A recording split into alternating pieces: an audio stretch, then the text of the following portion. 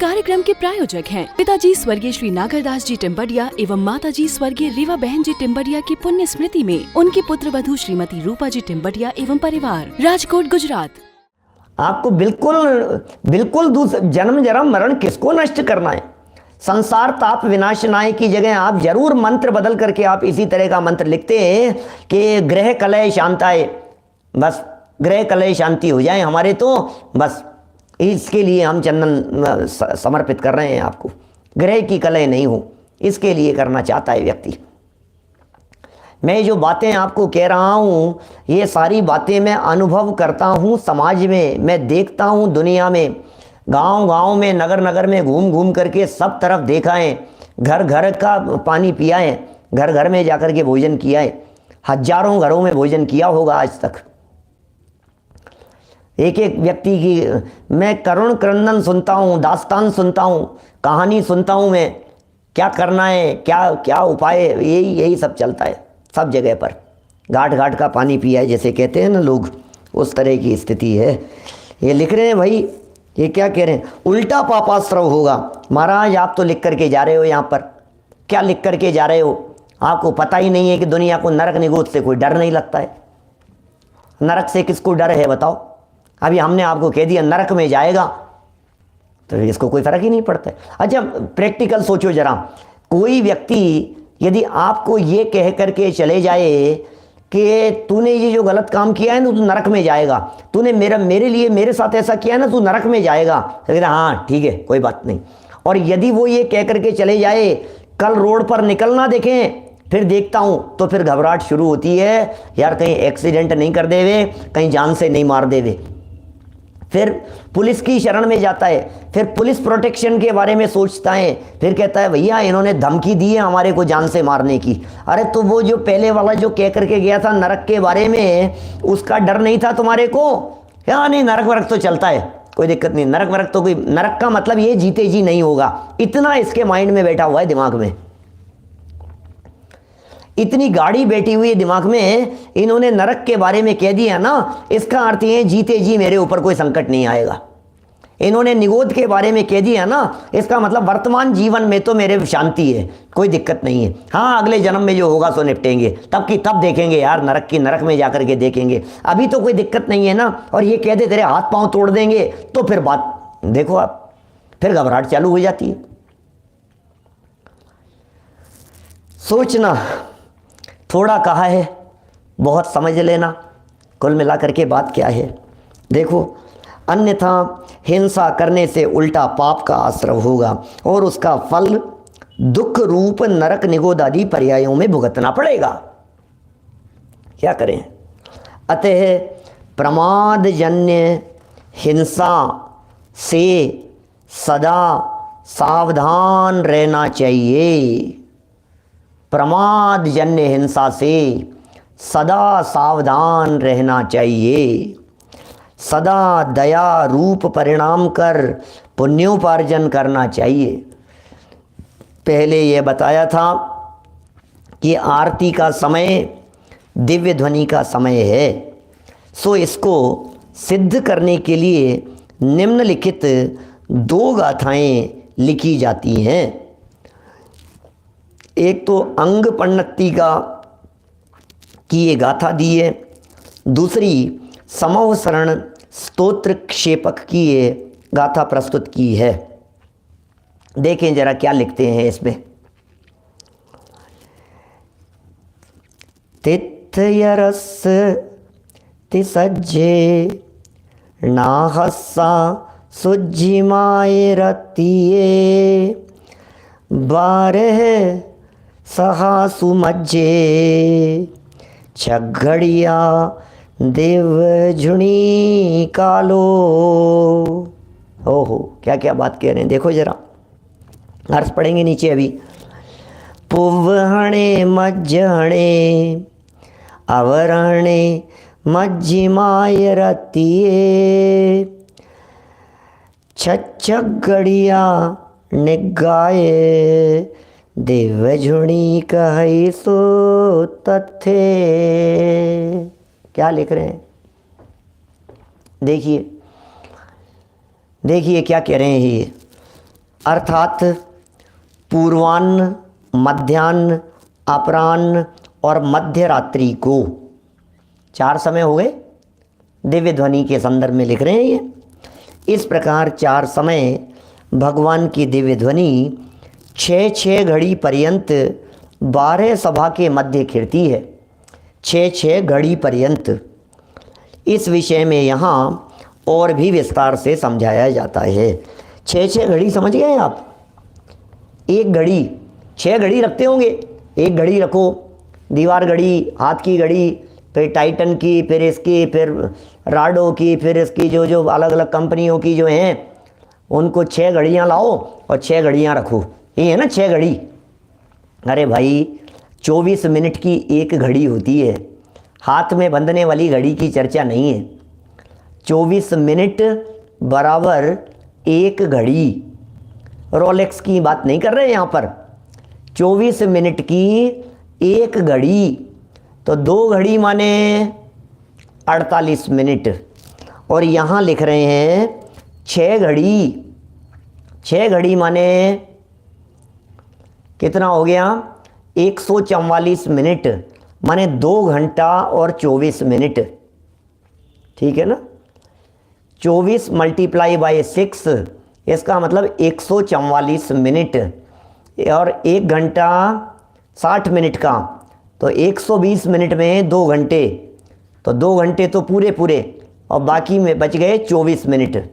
तो 2 घंटे और 24 मिनट की मिनट माने 6 घड़ी सुबह हैं, 6 घड़ी मध्याह्न में, 6 घड़ी अपराह्न में, और फिर 6 घड़ी मध्य रात्रि में।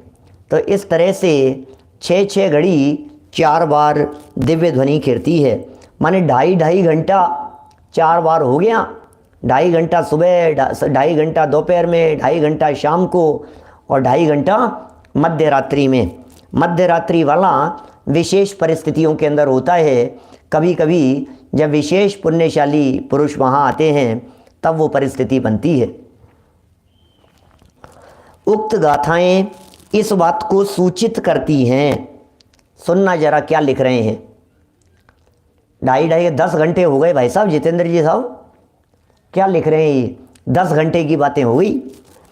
उक्त गाथाएं इस बात को सूचित करती हैं कि जब सूर्योदय से 3 घड़ी रात्रि शेष रहे, क्या सूर्योदय से 3 घड़ी रात्रि शेष रहे, तब से 6 घड़ी तक, अर्थात सूर्योदय से 3 घड़ी उपरांत तक किसी प्रकार का आरंभ न करें। लो 6 घड़ी क्या लिख दिया? 3 घड़ी पहले, 3 घड़ी पहले का मतलब 1.25 घंटा लगभग पहले, सूर्योदय से 1.25 घंटा पहले, और सूर्योदय से 1.25 घंटा बाद। दोनों तरफ बातें हो गई। सूर्योदय के 1.25 घंटा पहले और सूर्योदय के 1.25 घंटा बाद, मतलब 1 घंटा 12 मिनट पहले और 1 घंटा 12 मिनट बाद आरंभ नहीं करें। क्या आरंभ नहीं करें? अब ये आरंभ नहीं करें लिखा है, तो बोले क्या आरंभ नहीं करना है? खाना आरंभ नहीं करना है, नहाना आरंभ नहीं करना है, क्या आरंभ नहीं करना है? आरंभ मतलब शुरू भी होता है, और आरंभ कहते हैं पाप रूप प्रवृत्तियों को, सबको आरंभ कहते हैं। जितनी भी पाप रूप प्रवृत्तियां होती है उन समस्त पाप रूप प्रवृत्तियों को आरंभ कह करके पुकारते हैं। तो सर्व प्रकार का आरंभ नहीं करें, इसका मतलब पाप रूप कार्य नहीं करें। राकेश जी भाई साहब, पाप रूप प्रवृत्तियां नहीं करें। कहते हैं आत्म कल्याण के लिए सामयिक ही करना चाहिए। इसका मतलब सुबह का जो समय है वो सामयिक का काल है, 6 घड़ी सामयिक। अब देखो श्रावकों के लिए 2 घड़ी, मतलब जगन्य सामयिक 2 घड़ी की, मध्यम सामयिक 4 घड़ी की, उत्तम सामयिक 6 घड़ी की, बराबर। जगन्य मध्यम उत्तम सामयिक की बात करें तो जगन्य तो हो गया 2 घड़ी माने 48 मिनट। इसका मतलब सूर्योदय से 24 मिनट पहले और सूर्योदय से 24 मिनट बाद, ये सामायिक का काल है, पौन घंटे की सामायिक मिनिमम होनी चाहिए श्रावकों के द्वारा। तो ये जगन्य सामायिक की बात हो गई। फिर मध्यम सामायिक की बात करो तो पौन घंटा सूर्योदय से पहले नहीं और पौन घंटा बाद में नहीं, इस तरह से 1.5 घंटे की बात हो गई। फिर यदि उत्तम सामायिक की बात करो, 6 घड़ी की बात करो तो 72 मिनट माने सवा घंटा लगभग पहले नहीं सूर्योदय से और सवा घंटा बाद में नहीं, ये उत्तम सामायिक की बात हो गई। ये लिख रहे हैं आत्म कल्याण के लिए सामायिकी करना चाहिए, क्योंकि उस समय गृहस्थ लोगों का या अन्य यति लोगों का भगवान की दिव्य ध्वनि सुनने जाना ही मनुष्य पर्याय का प्राथमिक कर्तव्य है।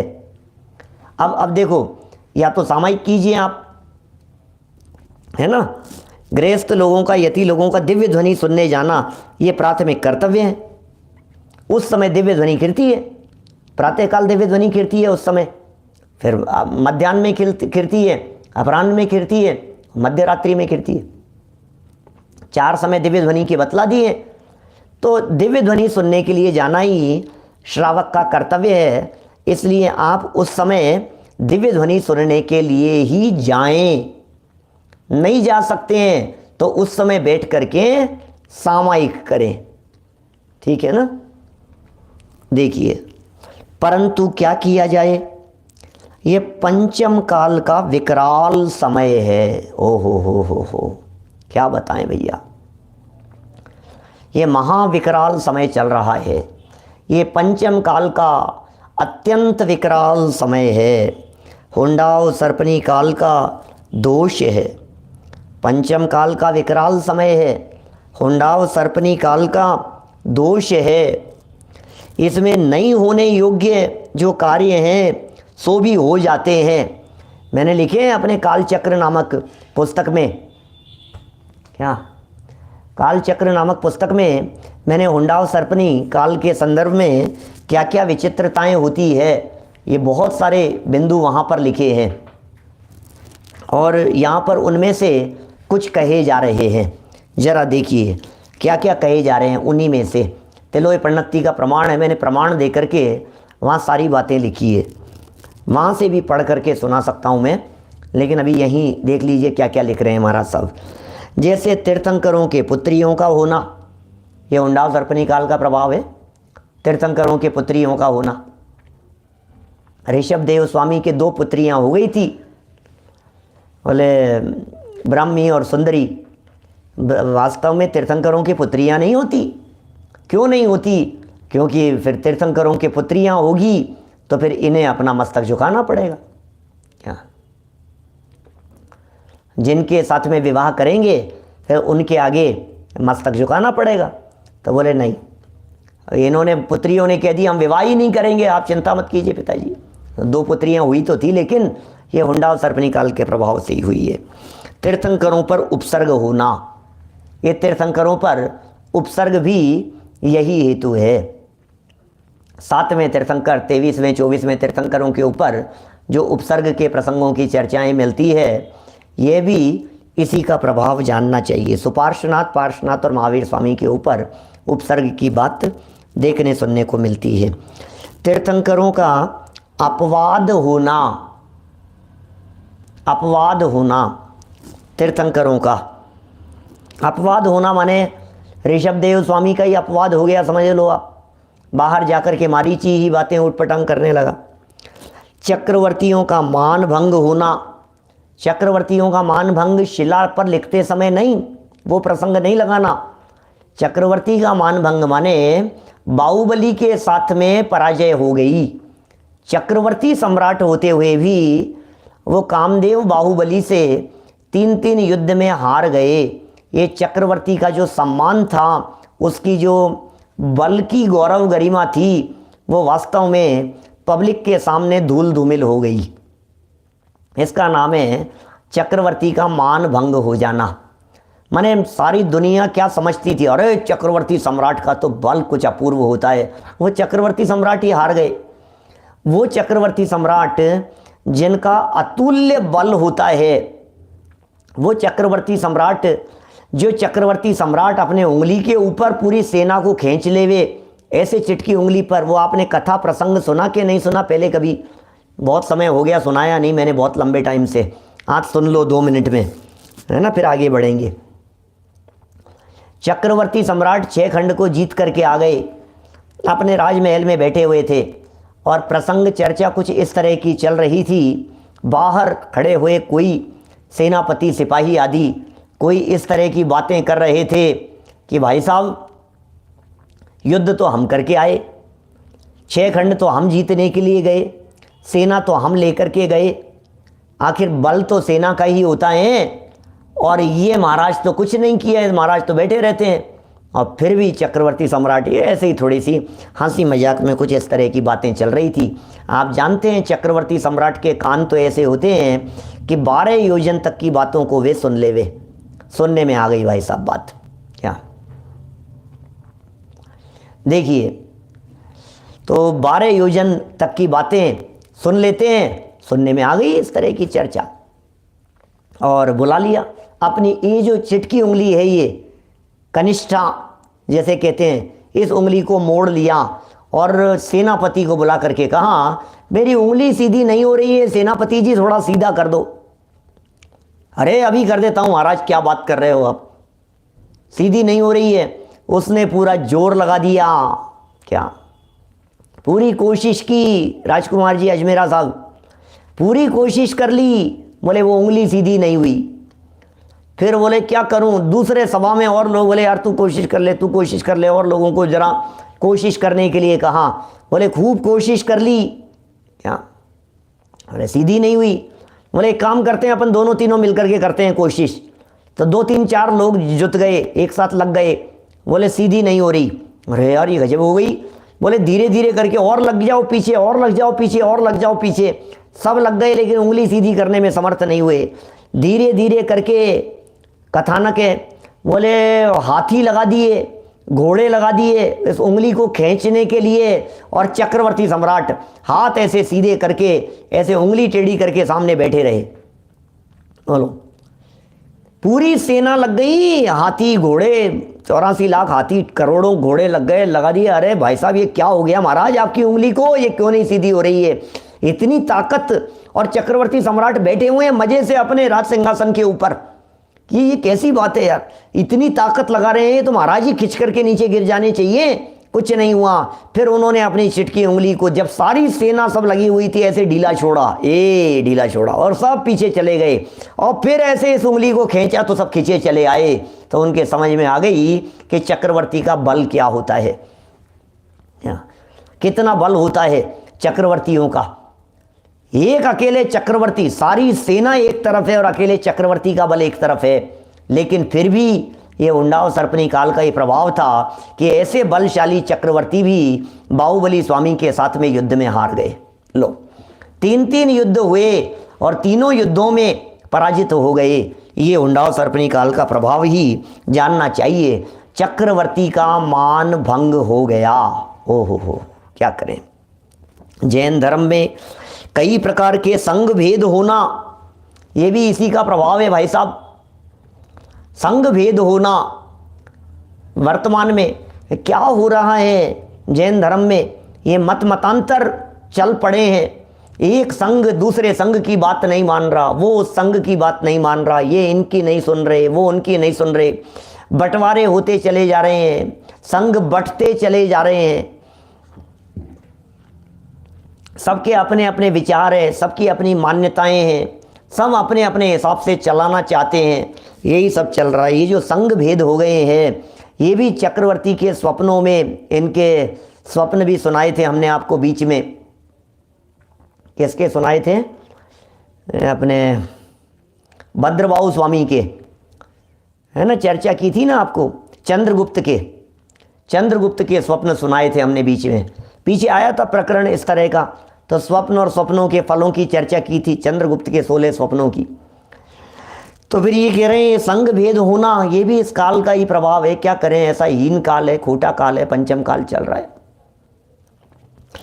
ये भी पंचम काल का ही दोष समझिए कि आरती में हिंसा होने पर भी उसका समर्थन किया जाता है। लो महाराज साहब आप क्या लिख रहे हो, ये क्या लिख रहे हो आप, ये क्या लिख रहे हैं, ये लिख रहे हैं ये भी पंचम काल का ही दोष समझिए कि आरती में हिंसा होने पर भी उसका समर्थन किया जाता है। ये भी उंडाव सर्पनी काल का ही दोष समझना चाहिए। कोई व्यक्ति कदाचित ये समझे कि कांजी स्वामी ने ये आरती बंद करा दी। मैं आपको बताना चाहता हूँ ये जो ग्रंथ लिखा गया है ये उनसे पहले ही लिख दिया गया था। वे तो समाज में आए ही नहीं थे, उसके पहले ही ये ग्रंथ सूर्य सागर जी महाराज साहब ने लिख दिया था। इतना पुराना है ये लिखा हुआ ये लेखन कार्य। और सूर्य सागर जी महाराज क्यों, सूर्य सागर जी महाराज के गुरु और उनके गुरु ज्ञान सागर जी महाराज साहब, आचार्य श्री विद्यासागर जी महाराज साहब के जो गुरु हैं, ऐसे ज्ञान सागर जी महाराज साहब, उनकी इस परंपरा के अंदर कहीं भी ये बातें नहीं है। दीपक का समर्थन नहीं किया उन्होंने, जलाने का समर्थन नहीं किया। ये लिख रहे हैं यहाँ पर। क्या करें, पंचम काल का ही दोष समझना चाहिए। फिर एक कदाचित कहीं जल जावे, अंधेरा था, प्रकाश की जरूरत थी, कुछ दिख नहीं रहा था, अंधेरे में प्रवेश कर रहे थे, लाइटें नहीं थी, तो कोई बात नहीं, हमें उसमें कोई झगड़ा भी नहीं है, हमें उसके अंदर कोई ऐतराज भी नहीं है। लेकिन 1 से 5 और 5 से 15 और 25 और फिर 100 हो गए और 108 हो गए और फिर 1008 हो गए और न मालूम क्या क्या। भाई साहब क्या बोलो, क्या करें। माने भाई साहब ये तो इनकी बात कही है ना कि हमें तो महाराज साहब सूर्य सागर जी साहब लिख रहे हैं, ये कह रहे हैं, हम क्या बताएं, ये क्या लिख करके गए हैं। आरती करने में प्रत्यक्ष, और सुनना क्या लिख रहे हैं ये आरती करने के संदर्भ में, बात वापस इन्होंने छेड़ दी है। पंचम काल का दोष कह करके, पंचम काल का दुष्प्रभाव कह करके ये बात छेड़ दी गई है। आरती करने में प्रत्यक्ष उड़ने वाले 4 इंद्रिय जीव आकर गिर ही जाते हैं। क्या करोगे, प्रत्यक्ष में ही 4 इंद्रिय जीव आकर के गिर जाते हैं। भाई साहब हम क्या कहें। गृहस्थ, मैं सच्ची घटना बतलाता हूँ, हमारे घर की घटना बतलाता हूँ। मेरे ताऊ जी के लड़के, सच्ची घटनाएं, दीपक से आरती करते थे, अभी भी करते होंगे, पता नहीं, मुझे मालूम नहीं, ध्यान नहीं है मुझे, लेकिन कोई कितने साल पुरानी घटना होगी, 4-5 साल पुरानी घटना है। 4-5 साल पहले प्रक्षाल करके अंदर से मंदिर से बाहर निकले, मेरे से करीब 10 साल बड़े हैं। अंदर से प्रक्षाल करके बाहर निकले और बाहर दीपक जला हुआ था और दीपक लेकर के, जलते हुए दीपक से वे आरती करना उन्होंने शुरू किया। आरती करना उन्होंने शुरू किया तो जो दीपक की जो लौ थी वो ध्यान नहीं रहा और दीपक की लौ से उनका जो दुपट्टा था, प्रक्षाल कर किए हुए थे ना, उनका जो दुपट्टा था, दीपेश जी जानते होंगे आप शायद, माने तो वो पूरा दुपट्टा उनका आग पकड़ ली उसने, और आग पकड़ ली तो पूरा उन्होंने बहुत कोशिश की तो सब चिपक गया और पूरा जल गया। आप कल्पना नहीं कर सकते हैं, कल्पना नहीं कर सकते हैं। बंधा हुआ था ना पीछे से, यहाँ से भी बंधा हुआ होता है, पीछे से भी बंधा हुआ होता है। अब दुपट्टे में आग पकड़ ली, अब वो गांठ नहीं खुले और ऐसा यहाँ से लेकर के और नीचे तक ऐसे जले। आज 4 साल हो गए उनको, क्या आज भी उनकी पूरी चमड़ी ऐसी पूरी की पूरी ऐसी जली हुई है।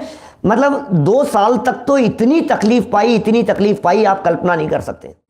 इस कार्यक्रम के प्रायोजक हैं पिताजी स्वर्गीय श्री नागरदास जी टिम्बडिया एवं माताजी स्वर्गीय रीवा बहन जी टिम्बडिया की पुण्य स्मृति में उनकी पुत्र वधू श्रीमती रूपा जी टिम्बडिया एवं परिवार, राजकोट गुजरात।